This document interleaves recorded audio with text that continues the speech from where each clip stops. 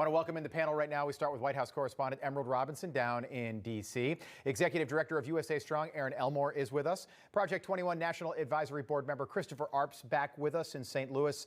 And political analyst Mark Halperin is here as well. Want to give you some numbers. Mark, we'll start with you. I want to talk about the situation on our southern border right now. This is a situation that 50 days ago, this crisis did not exist on our southern border. There were 100,000 illegal crossings last month along our southern border. That is the most in over 15 years. So you've got to go all the way back to George W. Bush for the last time we had a month as bad as we had this past month. Mark, what's your reaction to what's happening down there? And are you surprised that the president has yet to really talk about this? They're supposed to be enforcing the rule of law, treating people humanely, setting the groundwork for comprehensive immigration reform, and avoiding being attacked politically. And they're doing none of those things because they set in motion very predictable forces through half measures and rhetoric that they can't stop. So they claim they're working on it hard. Both Jen Psaki and Ron Klain, the chief of staff, said yesterday this is a top priority. They're laser focused. But it is going to be very challenging for them to stop this. And I think if the president doesn't get directly involved soon, this will be a bigger crisis, except for COVID, than anything they face. Emerald, it is easier. I know you're in Washington. It's easier right now to come across the southern border illegally than it is to get a tour of the U.S. Capitol. Yeah, and that's going to remain that way until May 23rd at the very least. They did an extension for the National Guard troops here, which is controversial. Look, the administration keeps sending mixed messaging on immigration. Jen Psaki can't make a bold statement, a decisive statement from the podium, as evidenced again yesterday, and telling people not to come here is still very wishy-washy. And the policies they put in place incentivize people to come here, and it's not a good situation down there. I think that there's supposed to be a Republican congressional delegation to go there on Monday, so there's a possibility that we'll now see more images out of there because, as we all know, journalists haven't been allowed in to see the conditions specifically in these family detention centers and juvenile detention centers, something that even has them riled with the administration, which is rare. Chris, it's President Trump was criticized when he called them some bad hombres that are crossing the border. The governor of Texas yesterday said that 800 criminal aliens have been arrested at the border. Those are people that basically were arrested in the U.S. and then deported back to their home countries, and then they crossed over again. So that's what a criminal alien is. And there was a high percentage of sex offenders, gang members that were arrested, and many were also COVID-19 positive. So it just seems like right now at the border, the green light is on, and it's going to stay that way. It has, and I tell you another thing that's not getting a lot of notice. Last year, we had not only were Hispanics and Central Americans come across the border, but Iranians and other nationals were stopped from coming into the country, and who knows what kind of mayhem that they were trying to cause. This is such a self-inflicted problem by the administration. You've got 1,400 children that have come over just in the last 2 weeks. They're being held longer than the 72 hours that they're supposed to by law.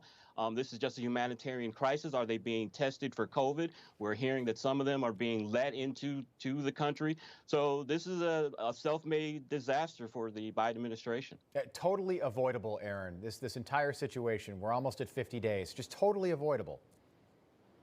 It was completely avoidable, but instead, Joe Biden let the far leftists control the narrative and build the agenda. And now we have basically a manufactured crisis by Joe Biden that is going to impact every single American citizen for a very long time going forward. Yet the mainstream media will not cover it. Yet the administration will not discuss it. What's next? When are they going to wake up to the realities that they are destroying our country? Do you want sex offenders coming here? Do you want gang members coming here? Do you want COVID-19 patients coming here that are going to be on our taxpayer dime?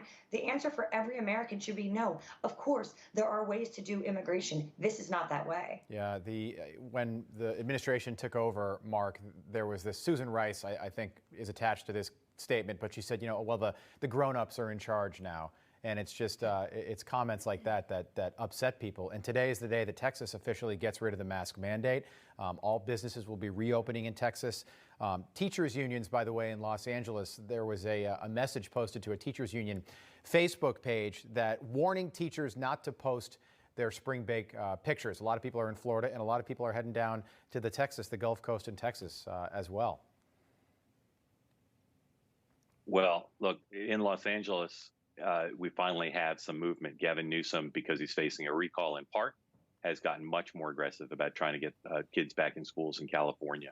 And I think what you're going to see, within 45, 60 days, I think you're going to see, as long as the numbers stay the way they are, I think you're going to see the merging of the red and the blue. You're going to see a purple set of policies where there's going to be much less of a difference between what's open and what's not in places like California and New York as compared to Florida and Texas. And I think that's good, because I think the country needs to have a common set of ideas and principles about how to go forward in this phase we're in now.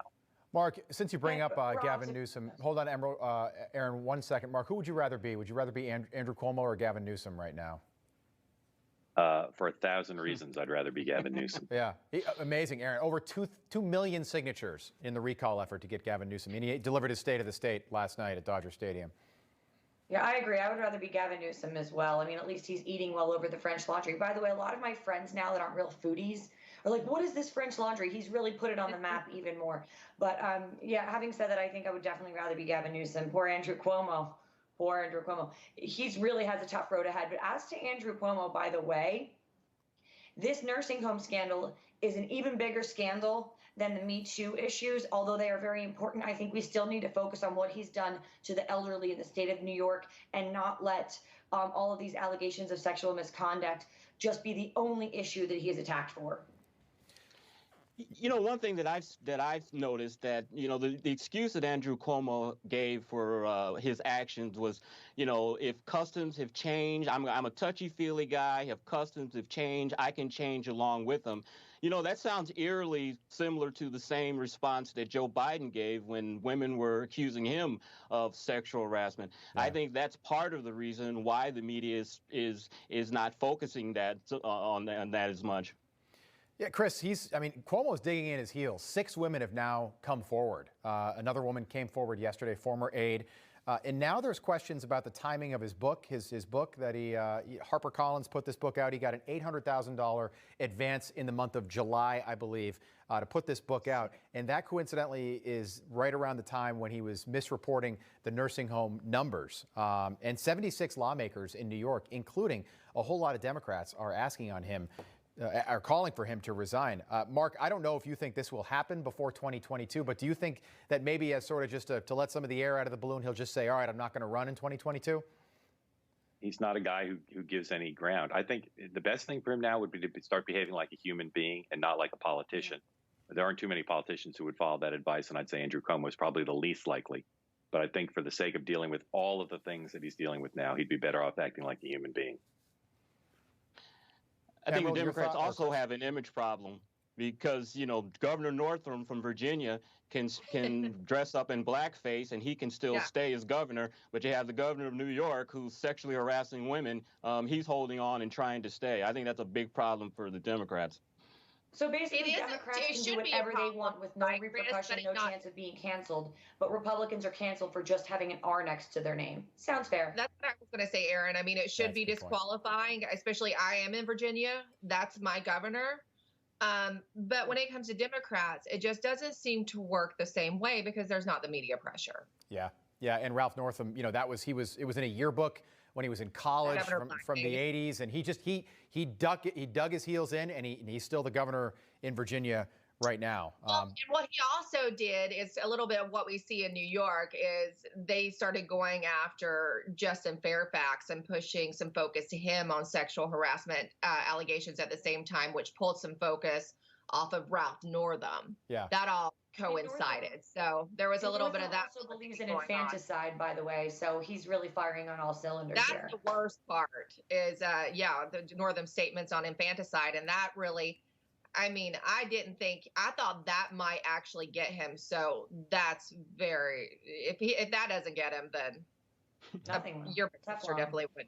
All right, panel, we'll leave it there. We'll pick this right up after the commercial break. A lot to talk about on this Wednesday morning, so looking forward to it. See you guys in just a moment.